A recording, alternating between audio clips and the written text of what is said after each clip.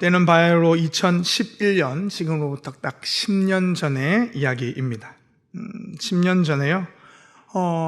저는 신발을 하나 구입했습니다. 그 신발을 지금까지 신고 있느냐? 그렇진 않습니다. 그 신발을 왜 구입하고 또 이렇게 기억하게 되냐면요. 그 신발을 처음으로 해외 직구, 요즘 많이 하신다는, 또 젊은 층들은 뭐 다 한다는 해외 직구로 처음 사본 신발이기 때문입니다. 더 저에게 의미 있는 것은 2011년에 샀던 그 신발이 제가 처음으로 산 메이커 신발이라는 겁니다. 10년 전이면 이제 30살이 될 때잖아요. 그때까지 메이커 신발을 안 신고 뭐 했나 그런 생각을 하시겠지만 제 얘기를 잠깐 하자면 저는 물건을 좀 험하게 쓰는 편입니다. 제가 뭐 마음을 가다듬고 열심을 다해 험하게 써야지 하면서 이렇게 옷도 갈리고 막 이렇게 하는 것은 당연히 아니겠죠. 네. 그냥 무심코 쓰지만 뭐 물건을 이렇게 좀 막 다루는 편이다 보니 신발이고 옷이고 하여튼 뭐 그런 것들이 금방금방 이렇게 달콘합니다. 물건도 마찬가지고요. 그래서 저는 물건을 살 때 되도록이면 싸고 그냥 제 몸에 맞아서 잘 사용할 수 있는 것들 위주로 샀던 거죠. 근데 인터넷을 보다 보니까 해외 직구가 있는 것을 알고 또 해외 사이트에서 그 신발을 한 켤레 구입하는데 이 신발이 이제 나이키, 네, 제품을 얘기해도 상관없죠. 네, 나이키. 네, 저 신발입니다. 네, 저 신발인데 예쁘죠? 제 눈에요. 네, 사람이 취향이 다를 수 있습니다. 제 눈에 굉장히 예뻐 보였습니다. 인터넷에서 해외 사이트에서 저거를 봤는데 너무 이쁘더라고요. 이뻐서 저거를 구입했습니다. 요즘도 그렇긴 하지만 해외 직구로 사면 한 달 가량이 걸립니다. 저 때도 한 달 가량이 걸렸고 원가가 원래 가격이 한 20만 원 후반대 하던 것이 인터넷가로 해외 직구로 8만 원 한다는 겁니다. 안 살 이유가 없죠. 사야죠. 그래서 저는 한 달이라는 시간이 걸림에도 불구하고 10년 전에 해외 직구로 처음 구매했고 저 나이키 운동화입니다. 근데 저 사연이 더 깊은 사연이 있다는 것에 대해서 오늘 이야기를 드리고 싶은 겁니다. 제가 처음으로 산 이제 메이커 신발이기고 해외 직구이지만 더 사연이 깊은 것은 저 신발을 사고 제가 얼마나 애지중지했으면 오고 나서 저 옆에 글이 안 보이시겠지만 이렇게 적었습니다.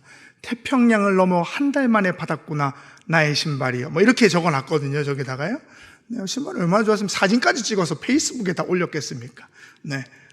30살인데요. 네. 그렇게 올리고 나서 제가 저 신발을 애지중지 신었겠죠. 열심히 또 이렇게 아껴가며 신었습니다. 2주쯤 지났는데요.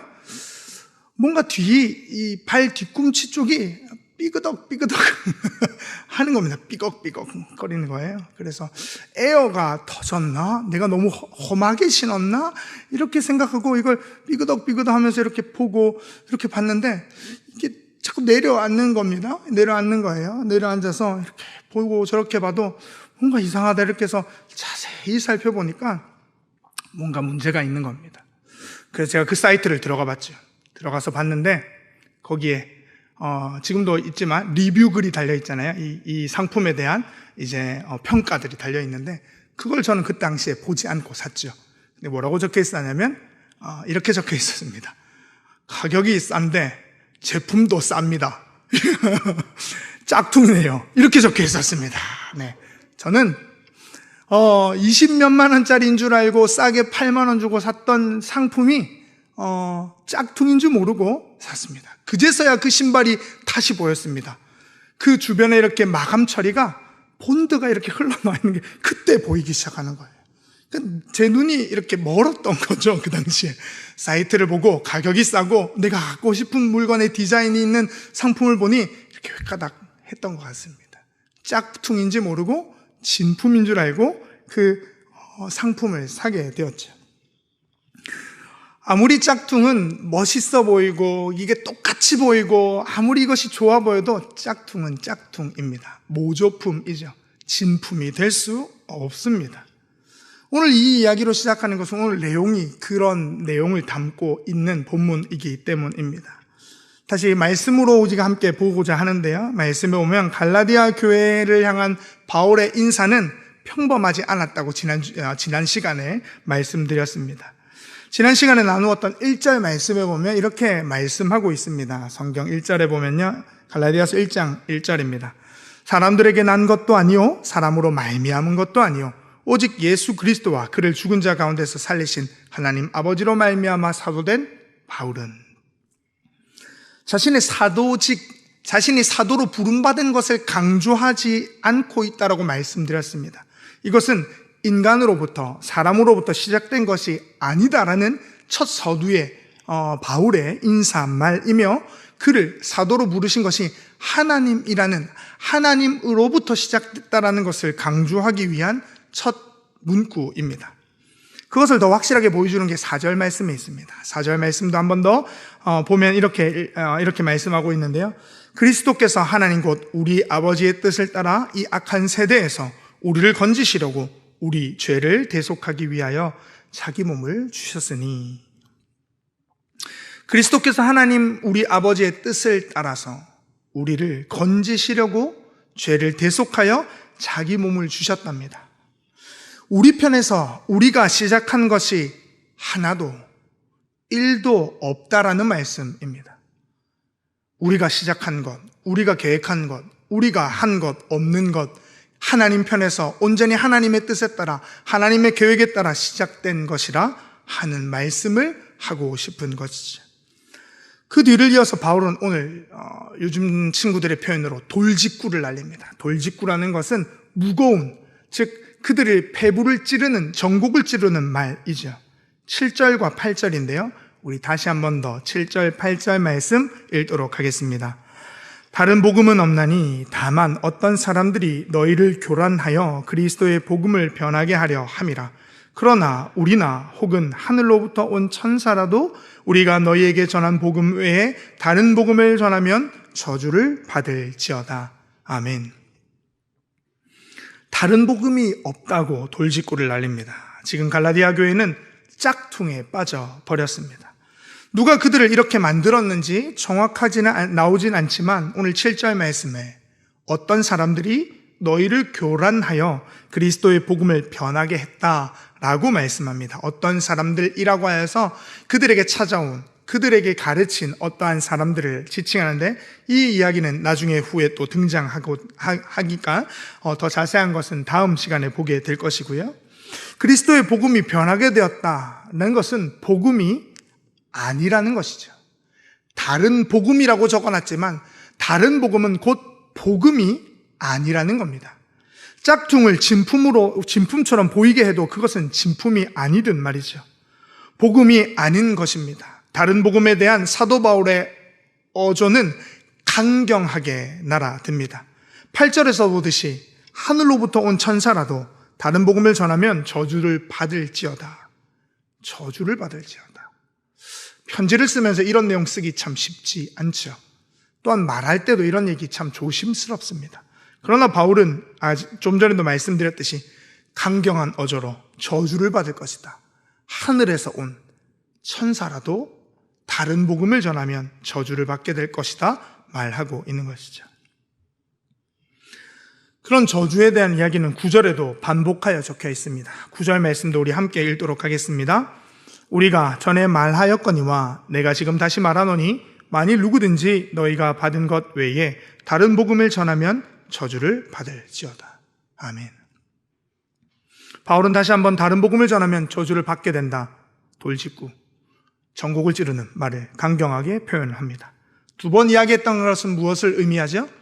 강조입니다. 강조. 다른 복음은 없다라는 겁니다. 강조를 하고 있죠. 저주를 받을 것이다라고 강하게 비판하며 말하고 있습니다. 그야말로 복음에 대한, 그리고 갈라디아 교회를 향한 단호함을 볼 수 있습니다. 그렇게 바울은 오늘 이 말을 다른 복음에 대해서 강하게 표현하는 이유가 있을 것으로 우리는 생각하게 되는 것이죠. 바울이 그저 아무 이유 없이 하진 않을 겁니다. 이 편지도 그 맥락 안에서 적혀 있기 때문입니다. 그 이유에 대해서는 6절 말씀을 보면 나와 있는데요. 6절 말씀 우리 같이 한번 더 읽도록 하겠습니다. 6절입니다. 그리스도의 은혜로 너희를 부르신 이를 이같이 속히 떠나 다른 복음을 따르는 것을 내가 이상하게 여기노라. 아멘. 분명 복음은 그리스도의 은혜로 너희를 부르신 것이다 라고 말씀합니다. 하나님이 우리를 부르셨지 우리가 하나님을 부른 것이 결코 아닙니다. 하나님은 자격 없는 우리를 있는 그대로 부르셔서 받아주셨습니다. 우리는 그 은혜로 말미암아 구원함을 받은 존재들이죠. 우리가 4절에서 보았듯이 우리를 건지시려고 우리 죄를 대속하기 위하여 자신을 주신 분이 바로 하나님이시며 예수 그리스도이십니다. 우리가 알고 온 것이 결코 아니죠. 우리가 구해달라고 한 것이 아닙니다. 우리는 우리의 상황을 알지도 못했습니다. 우리가 죄에 빠져 있는 것조차도 몰랐던 이들입니다. 우리가 죄인이라는 인식을 하지도 못했을 그때에 하나님이 우리를 대속하셨습니다. 내가 죄인이라서, 내가 범죄하여서, 내가 하나님의 부름을 들어서 온 것 아니라는 이야기입니다. 하나님이 이미 불렀고 하나님이 우리의 죄를 대속하시기로 하나님이 뜻을 정하여 그 일들을 역사하라 하심으로 우리를 인도하신다는 것이죠. 로마서 5장 8절에 이렇게 말씀하고 있습니다. 우리 앞에 뜨는데요. 로마서 5장 8절 말씀 함께 읽겠습니다. 우리가 아직 죄인 되었을 때에 그리스도께서 우리를 위하여 죽으심으로 하나님께서 우리에 대한 자기의 사랑을 확증하셨느니라. 아멘. 우리가 아직 죄인 되었을 때에, 죄인인 것을 언제 알았습니까? 예수를 믿고 나서 알았습니다. 내가 죄인이었지. 내가 죄인으로서 하나님을 모르고 살았지. 라는 것을 우리는 예수를 믿고 난 다음에 알았습니다. 예수를 믿기 전에는 알 수가 없죠. 왜냐하면 죄인이라고 아무도 이야기한 적도, 우리를 구속해준 예수님에 대해서도 들어본 적이 없기 때문입니다. 예수를 믿고 나니 내가 죄인이었다는 것을 알게 되었던 것입니다. 내가 죽었던, 죄에 빠져 있었던 것을 건져주셨음을 그때 깨달은 것이죠. 하나님의 부르셨다는 것은 우리의 요청에 의한 것이 아닙니다. 우리의 선택도 아닙니다. 하나님의 은혜, 그리스도의 은혜인 것이죠. 은혜는 거저 주어지는 것입니다. 거저 주어진 것을 에베소서에는 하나님의 선물이라고 표현하고 있습니다. 에베소서 2장 8절과 9절에 이렇게 말씀하는데요. 또 앞에 뜨니까 함께 읽도록 하겠습니다. 너희는 그 은혜에 의하여 믿음으로 말미암아 구원을 받았으니 이것은 너희에게서 난 것이 아니요 하나님의 선물이라. 행위에서 난 것이 아니니 이는 누구든지 자랑하지 못하게 함이라. 아멘. 구원받았으니 너희에게서 난 것이 아니요 하나님의 선물이라. 행위에서 난 것이 아니니 이는 누구든지 자랑하지 못하게 함이라. 아멘. 사도 바울은 자신의 복음을, 즉 예수 그리스도로부터 받은 복음을 자신의 노력, 자신의 선택, 자신의 어떠한 결과로서 이야기하고 있지 않습니다. 그렇다면 다른 복음은 무엇을 의미할까요? 위에 이야기했던 것과 반대되는 것일 겁니다. 우리는 언제나 내 안에서 근거를 찾고 싶어하는 인간입니다. 우리가 선택한 것을 중요하게 생각합니다. 하나님이 주신 자유의지가 있기 때문에 그것이 나의 선택이었어. 우리의 선택이었어. 믿기로 한 내가 있기 때문에 내가 선택한 그 믿음이 내게 있다라고 우리는 믿고 난 다음에 신앙생활을 하면서 착각에 빠지곤 합니다. 그 근거는 나의 편에서 무언가를 할 수 있다라는, 내가 무언가를 했다라는 생각으로부터 기인한 것이죠. 그래도 내가 무엇을 했으니까 라고 생각하고 계시진 않으십니까? 이런 생각 말이죠. 오늘 수요 예배에 내가 걸어서 내 발로 나왔으니까 그래서 예배 드리는 거 아닌가라고 말입니다. 그럼 수요 예배 오도록 환경을 열어주시고 시간을 주시고 건강을 주시고 이 자리로 발걸음을 옮기신 것은 우리 스스로입니까? 하나님이 주신 은혜입니까? 우리는 신앙생활하면서 이 오류에 빠지곤 합니다. 그래도 내가 기도했기 때문이라고 생각하죠. 그래도 내가 예배 드렸으니까 라고 생각합니다. 내가 하나님의 말씀에 순종했고 헌신했기 때문이라고 우리는 곧잘 생각합니다. 봉사의 자리, 헌신의 자리, 직분을 맡으면 더더욱 그런 위험들이 도사리고 있습니다. 지난번 시간에도 말씀드렸듯이 저같이 목사의 자리에 있으면, 목사의 직분을 받으면 더더욱 그런 위험성이 도사리고 있다고 저는 생각합니다. 제가 겸손해서 이런 이야기를 하는 것 아닙니다. 저는 제가 목사로서 부름받은 것이 하나님의 은혜라고 여실히 고백하고 깨닫지만 제 마음 깊숙이는 그래도 내가 열심히 했기 때문이라는 생각들이, 내가 열심히 때로는 최선을 다했기 때문이라는 생각들이 사로잡혀 있는 것을 발견하기 때문이죠.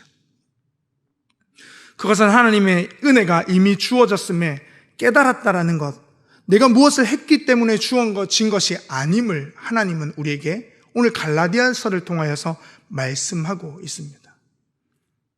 우리에게 늘 언제나 이것이 발목을 잡습니다. 성경에 보면요, 구약의 이스라엘 백성들이 출애굽을 하죠. 애굽으로부터 탈출하게 됩니다. 출애굽은 곧 건져졌다라는 것입니다. 하나님이 부르셨다라는 것이죠. 구원받았다는 말씀입니다. 그들에게 조건이 붙어 있지 않습니다. 그들에게 어떠한 자신의 근거가 있지 않습니다. 그저 하나님의 부르심이었고 하나님의 전적인 은혜였습니다. 그들은 그 은혜로 광야로 나오게 됩니다. 그런 이스라엘 백성들에게 하나님의 백성다운 삶으로의 부름은 거기에 걸맞는 십계명과 율법을 지키고 규례를 따라 행하는 삶으로 요구받습니다. 즉 구원받은 다음의 삶의 방향과 태도가 하나님을 향하여서 살도록 요구되고 있다라는 것이죠. 우리도 마찬가지입니다. 교회를 다니면, 예수를 믿으면 예수 믿는 사람으로서의 삶의 방향과 하나님 나라 백성다운 삶의 모습으로 우리를 요구하고 있다라는 것이죠. 그래서 우리는 예배드리고 기도하고 찬양하고 또한 그 찬양과 예배가 삶으로 이어져서 살아가도록 부름받은 하나님의 백성들입니다. 그러나 그 십계명을 지키고 율법을 행했기 때문에 구원받은 것이라 우리는 착각할 때가 있습니다. 우리가 걸리는 부분이 여기에 있고 바울이 지적하는 부분도 여기에 있습니다. 다른 복음, 아니 복음이 아닌 것은 바로 자신에게 근거를 두는 것입니다. 신앙생활을 시작해서도 우리는 이 위험성을 계속 도사리는 가운데 살아가고 있다라는 것이죠. 조금 전에도 말씀드렸다시피 우리가 직분을 받게 되면 그 위험성은 더 커집니다. 우리가 교회에서 많은 봉사를 하게 되고 우리가 착하게 살면 더 그 위험성은 도사리게 됩니다. 내가 착하게 사니까 하나님이 복을 더 주셨다라고 생각하죠. 사실 그렇지 않습니다. 하나님은 누구에게나 하나님의 선택에 의하여 복을 주실 수 있는 분, 은혜를 베푸실 수 있는 분입니다. 내가 더 잘해서, 내가 더 열심히 해서가 아니라는 겁니다. 우리에게 근거가 있지 않습니다. 우리가 할 수 있는 것은 우리가 할 수 있다라는 것, 또한 우리가 99%는 하나님께 있고 1%라도 우리가 그 하나님께서 하신 일에 발을 담그려고 하는 모습들이 우리에게는 있다라는 것이죠.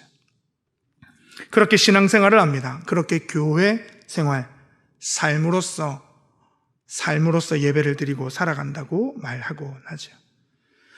이렇게 했더니 하나님이 응답하셨더라, 복을 주시더라, 하나님이 내 길을 열어주시더라, 이렇게 했더니 저렇게 했더니, 그렇게 전적으로 하나님께로부터 온 은혜를 내가 이렇게 했더니로 변질시키곤 하는 것이 우리 인간의 모습입니다.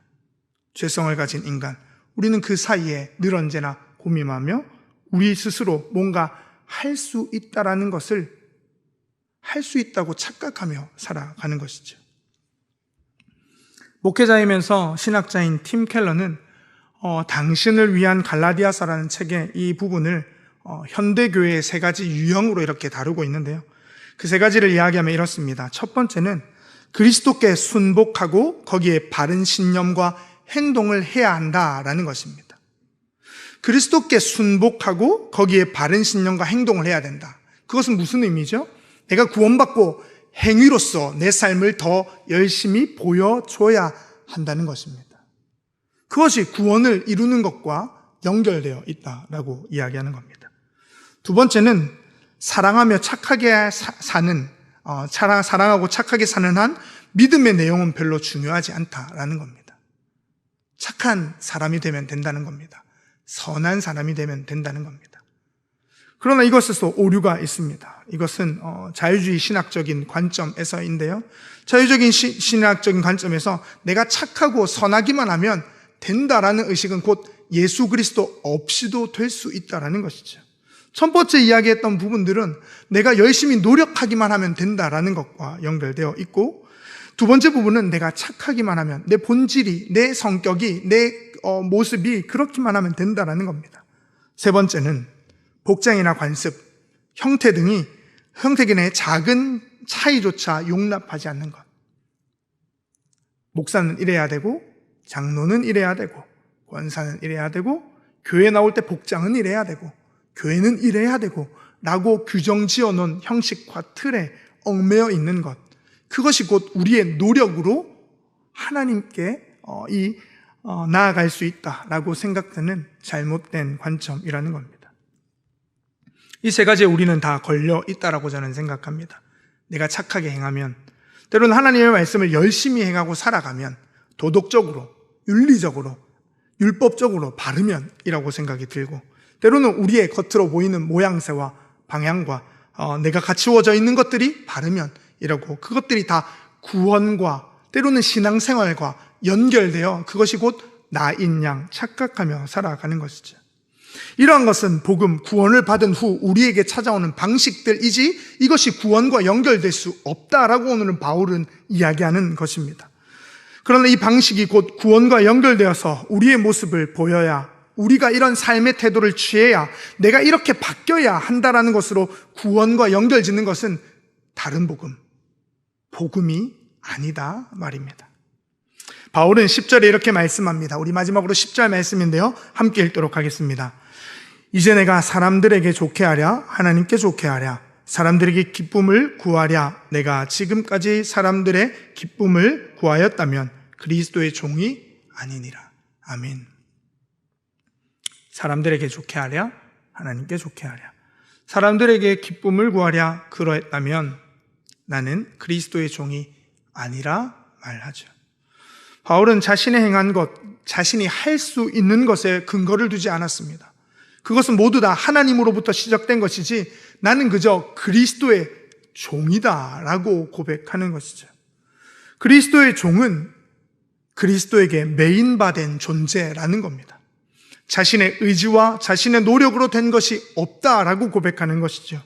그리스도가 주인이 되셔서 바울을 이끌어 간다는 말씀이며 사람에 의해 된 것이 아니다라고 선포하는 바울이 1절에서 이야기했던 것의 연장선에서 볼 수 있는 내용입니다.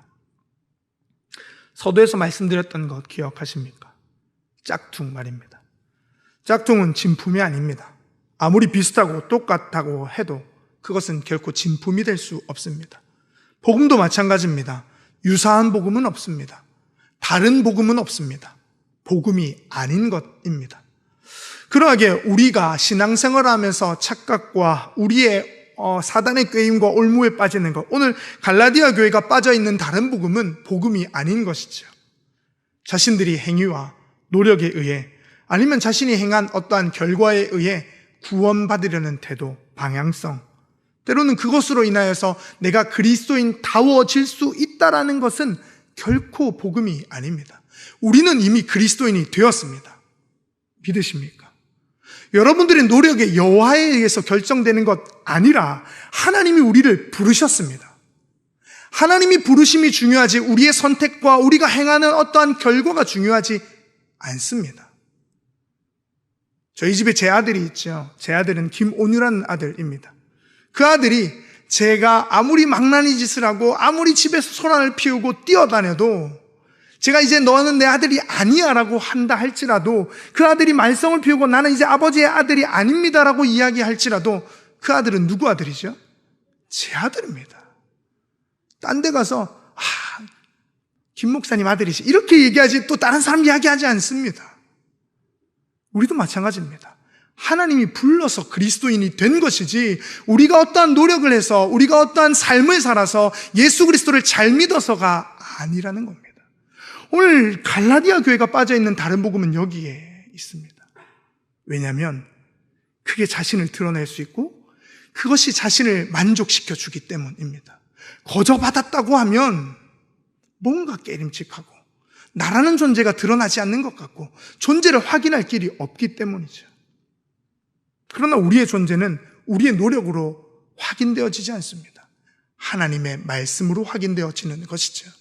하나님이 우리를 부르셨다라는 것으로 확인되어진다라고 오늘 사도 바울이 이야기하는 것이죠. 6절 다시 읽어보면 이렇습니다. 그리스도의 은혜로 너희를 부르신 이를 이같이 속히 떠나 다른 복음을 따르는 것을 내가 이상하게 여기노라. 하나님이 너희를 불렀다. 그것이 너희를 그리스도인답게 만들었다. 그리스도인이라 너희를 부르게 되었다. 그것이 하나님의 그리스도의 은혜라는 겁니다. 갈라디아 교회와 우리도 별반 다르지 않습니다. 신앙생활이 깊어지고 오래 할수록 우리는 우리의 노력 여하를 더 중요시 여깁니다. 하나님의 은혜를 나의 노력으로 둔갑시킵니다. 우리가 더 믿었으니, 때로는 내가 더 열심히 최선을 다해서 살았으니 하나님께 더 큰 영광이 되지 않을까? 그렇지 않습니다. 여러분들은 여러분들 존재 자체로 하나님께 영광이 됩니다. 왜냐하면 하나님이 부르셨기 때문입니다. 하나님이 우리를 구속하셨기 때문입니다. 하나님이 우리를 구원하셨기 때문입니다. 우리에게 다른 복음은 없습니다. 내가 선택했다는, 내가 믿었다는 것은 은혜를 변질시키는 것이 됩니다. 진정으로 하나님의 섭리를, 그 은혜를, 부르심을 깨달았다면 우리의 고백은 다만 이것뿐일 겁니다.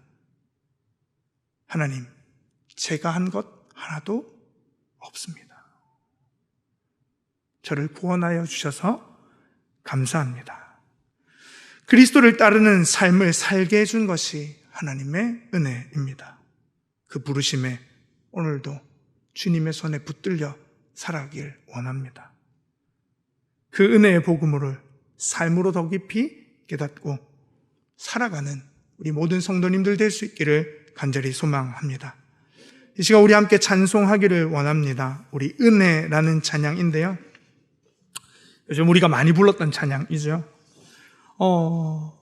코로나 시대라서 더 이게 의미 있게 다가오는 것 같습니다. 그러나 우리는 코로나가 아니더라도 하나님의 은혜가 우리의 삶 전부에게 미쳐 있음을 우리는 알고 있습니다. 가사에 보듯이, 가사 잠시 띄워주실 수 있을까요? 네. 내가 누려왔던 모든 것들이, 내가 지나왔던 모든 시간이, 내가 걸어왔던 모든 순간이 당연한 것 아니라 은혜였어. 모든 것이 은혜, 은혜, 은혜, 한없는 은혜. 내 삶에 당연한 것 하나도 없었던 것을, 모든 것이 은혜였어. 우리는 이 은혜까지도 사실 내가 깨달았다고 생각합니다. 하나님이 깨닫게 해주지 않으면 우리는 알 수 없는 게 그 은혜입니다. 하나님은 더 크고 놀랍고 깊으신 분입니다. 내가 아는 것 정도로 우리는 우리가 알고 있다라는 것으로 만족하며 그것이 전부인 양 신앙생활을 하곤 하는 그런 사람들입니다. 저도 마찬가지고 여기 계신 모든 성도님도 마찬가지라고 생각합니다. 그 은혜 살면서 더 깊이 누려갈 수 있는 우리 모두가 될 수 있기를 소망합니다. 오늘 살아계신 하나님은 내일도 살아 우리에게 그 은혜가 무엇인지 알게 하실 겁니다. 그 길을 걸어갈 수 있는, 내가 한 것이 아니라 하나님이 하셨다는 것을 더 깊이 알아갈 수 있는 우리 모두가 될 수 있기를 바라며 우리 함께 찬송하겠습니다. 함께 찬양하겠습니다.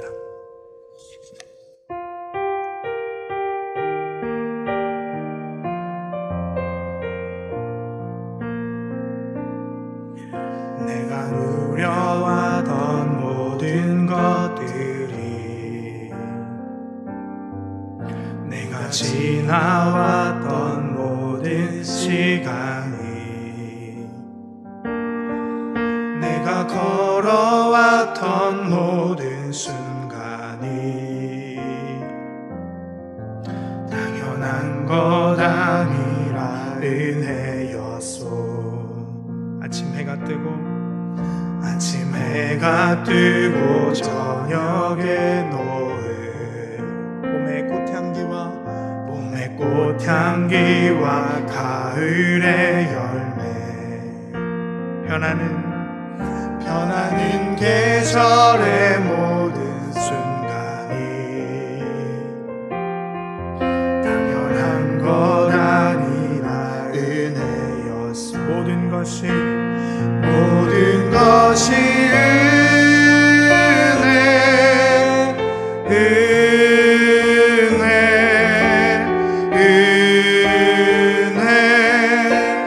한없는 은혜. 내 삶에 당연한 것 하나도 없었던 것을, 모든 것이 은혜였어.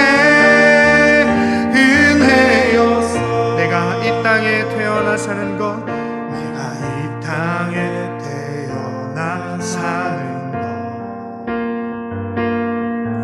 어린아이 시절과 지금까지 숨을 쉬며 살며 꿈을 꾸는 삶, 당연한 것 아니라 은혜였어. 내가 하나님의 자녀로 살며 오늘 찬양하고 예배하는 삶, 복음을 전할 수 있는 축복이 당연한 것 아니라 은혜였어. 모든 것이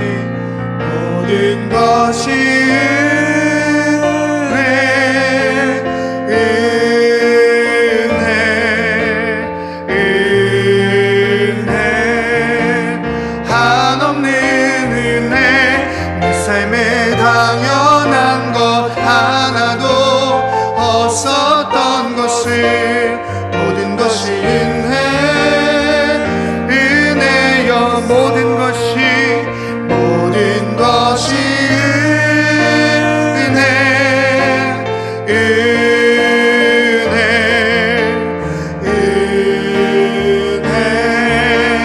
한없는 은혜. 내 삶에 당연한 것 하나도 없었던 것을, 모든 것이 은혜였소.